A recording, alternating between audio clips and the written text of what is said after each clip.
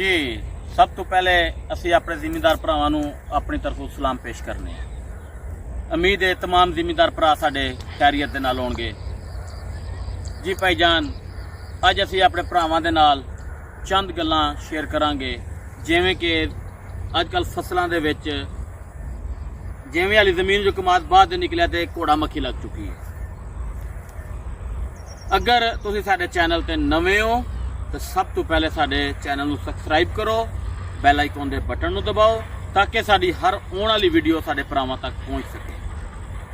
जी भाईजान, जिवें कि सानू लोगों नूं अजकल ये पता है कि अली असीं अपना गन्ने की फसल हुण कड्ढी है, इस नूं कड्ढण तो बाद जिहड़ा साडी फसल दे विच हाली कोई बीमारी नहीं है। चंद बीमारियां हैं ने जिहड़ियां इस मौसम दे विच हुंदियां ने, जिहड़ियां कि ब्लैक बग जिन्हों असीं लोग आखने हैं।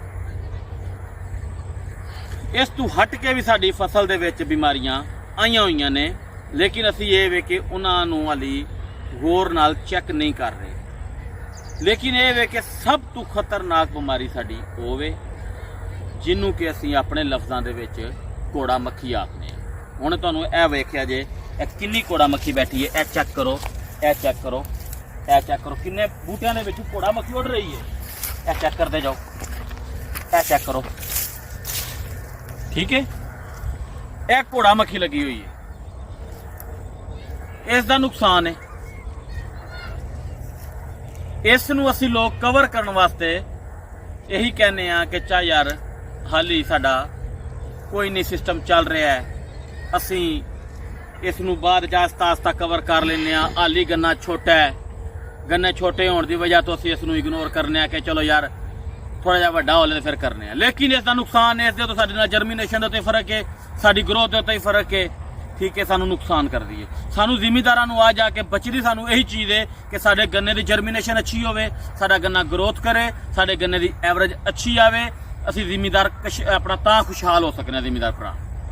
अगर असीं इन्हां चीज़ां नूं छोटी छोटी चीज़ों नूं इग्नोर करते जावांगे, साडी जर्मीनेशन के उत्ते बहुत ज़्यादा फर्क पवेगा। इन्हां चीज़ों नूं असीं मद्देनज़र रखते हुए इस नूं कवर करने वास्ते असीं अपने नज़दीकी ज़राअत वालियां नूं बुला के उन्हां नूं चैक कराओ। उन्होंने भी तुहानूं यही दवाई कहनी है कि इस नूं अमेडा दी स्प्रे करो, क्योंकि फ्लड ते आपां लोग हुण नहीं कर सकते क्योंकि गन्ना छोटा है। इस दे उत्ते अमेडा दी स्प्रे होएगी, जिहड़ा कि असीं इस नूं हुण इंशाअल्लाह कल शुरू कर रहे हैं स्प्रे अमेडा दी। असीं तुहानूं स्प्रे विखावांगे कि किवें स्प्रे करनी है, किहड़े तरीके नाल करनी है, वो तुहानूं असीं अपनी आउण वाली अगली वीडियो दे विच तुहानूं दसांगे भी ते विखावांगे भी कि इस मकदार दे विच ये जिहड़ी असीं दवाई पानी है ते इस तरीके दे नाल असीं स्प्रे करनी है, जिहड़ा कि सानूं ये घोड़ा मक्खी दे नुकसान तो सानूं बचावे। अगर तुहानूं मेरी वीडियो अच्छी लगी होवे ते मेरे तुसीं भराओ, तुसीं साडी वीडियो नूं लाइक करो, साडे चैनल नूं सबसक्राइब करो, बैल आइकॉन दे बटन नूं दबाओ ताकि साडी हर आउण वाली वीडियो साडे भरावां तक जा सके। अगर तुहानूं मेरी गल बुरी लगी होवे ते मैं उस चीज़ दा दिली माजरत करांगा कि मैं अपने भरावां दा दिल दुखाया है। जी, अस्सलाम वालेकुम।